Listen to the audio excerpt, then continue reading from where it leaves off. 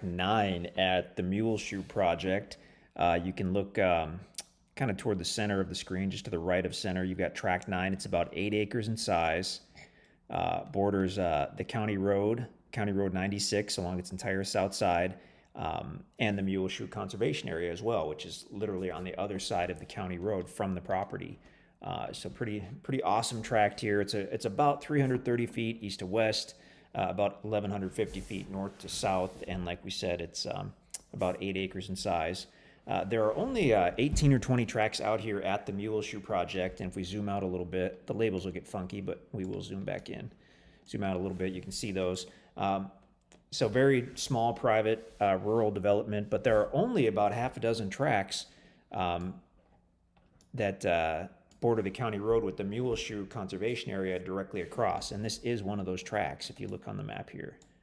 It's really just 5, 6, 7, 8, 9, and 10 that are all going to have that essentially instant access into the conservation area. And another bonus that a lot of people don't really think about by having that conservation frontage, it just makes your property that much more private because no one can build across from you. So it's a pretty nice situation for that. Niangua River is about a quarter mile to the west, which is awesome. Let's zoom in and look at specifically at this tract here. So tract 9, it's basically all wooded, probably some natural cleared areas and trails and whatnot, but basically all wooded. This is a wintertime Google map, so it's Google-based map taken in the winter. So really we're not seeing any greenery, but that's okay because it does kind of give us a chance to see the lay of the land a little better. This blue dashed line, that's something we actually added in, and that's a small creek bed that we discovered when we were out there that started on tract 10 and flowed westerly across 9, 8, 7, and then into the conservation area and ultimately the Little Niangua River. So we're quite sure that it's a seasonal creek that does not run year-round. But the 2 or 3 times we've been out there was water in that, so we did add it to the map just to kind of show you about where it is. Let's back up and we'll do a topo map and show you how this ground lays. But basically from the county road, it's going to slope down, of course, to the creek, and the little creek bed would be the lowest point. From there, it slopes back up, and actually before you get to the north end, there's kind of a large, fairly level area here toward the north side. So anyway, let's go to a topo map and we'll have a look at that. Okay, there we go. Yeah, so what we're seeing here, pretty much exactly what we just said, is as you go north from the county road, it slopes down. This indicates it slopes down steeply. So we have not walked this from the county road to the creek. When we walked the creek bed, we actually started over here and just started walking easterly because we figured we would just go until it wasn't flowing, and we got all the way up to tract 10 and it was still flowing. So we've really only seen the property from the county road and from the little creek bed. That's about it. But from the county road, we could see that, especially toward the southeast side, it actually stayed level for a little while back into the property, but then it does slope down, according to this, steeply. Again, so keep that in mind. The nice thing is, with this being about 330 feet wide, if you wanted to put in a driveway or whatnot, you could go diagonally, which would take a lot of the steepness out of that. If you wanted to make it super nice, and we've seen this done dozens of times, go in diagonally and just do what's called a switchback, which is essentially just the road turning and going back the other way to get down to that creek bed. The creek bed is very pretty. It's gorgeous. Part of it is a gravel bottom. Part of it is a flat rock bottom. It's just really neat. It was crystal clear when we were out there, but again, not going to be a year-round creek. It's going to be a seasonal creek, we're quite sure. Going northerly from the creek, it slopes up, of course. It starts off, according to the topo map, pretty gradual slope, but when you get 100 or 200 feet north of the creek bed, it definitely does get steep. So again, you'd probably have to take some time to, if you wanted to create a trail or a driveway, to kind of pick which way you want to go up diagonally. But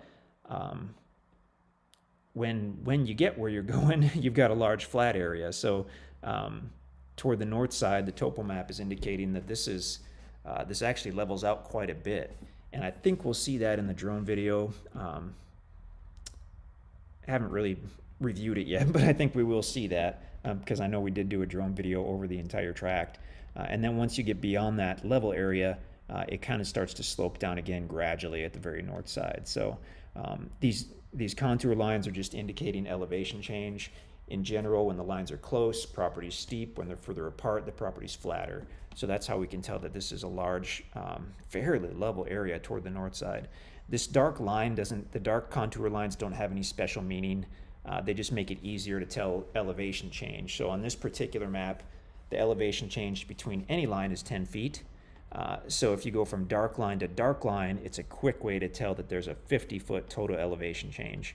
So for instance, on this map, if we start at the county road, we know that it drops from dark to dark is 50, 60, 70, 80, about 90 or 100 feet total elevation change from the county road to the creek. And then going back up, you can literally count the lines, 1, 2, 3, and then from dark line to dark line is another 5, that's 8. So about another 80 feet or so back up to that high point. So pretty good drop and rise on this property. Maybe even the potential if you wanted to do a large pond or something. I mean, you probably have the topography to make that work. Also, if you've been looking for a property where you can search for maybe a spring or a little cave or a big cave, this is the type of topography that we would personally look for if we were looking for, a live spring or some type of cave, especially with this little kind of ancient creek bed here. I mean, that's when we've found springs, when we've found little caves. I don't think we've ever found a big cave, but we've found some cool little caves. It's usually within one of the walls of a valley adjacent to a little creek bed. So, I mean, if you want to go and really explore if you're looking for a tract that might have the possibility for that, this could be a cool one. But immediately, if you wanted to create some value, you could do some kind of driveway, get beyond the setback distance, which is 100 feet from the center line of the county road. You could create some immediate value right away. So pretty cool property. The county road frontage is great. The conservation area frontage directly across the county road is unbelievable. That is really, really hard to find. So we were very excited about this project, and in particular these 6 tracts toward the south side, which have the conservation area right there. So Niangua River is great. The Little Niangua, it's clear. You can swim, you can fish, you can float. It flows northeasterly about 10 or 12 miles or so and creates a large part of the Lake of the Ozarks up by Camdenton, Missouri. And then, of course, Springfield, Missouri is only about an hour and a half to the south. So very private, but access to a couple thousand acres of recreation land right at your doorstep. Or however you want to put that, right in your backyard. I can't think of a good phrasing for that right now.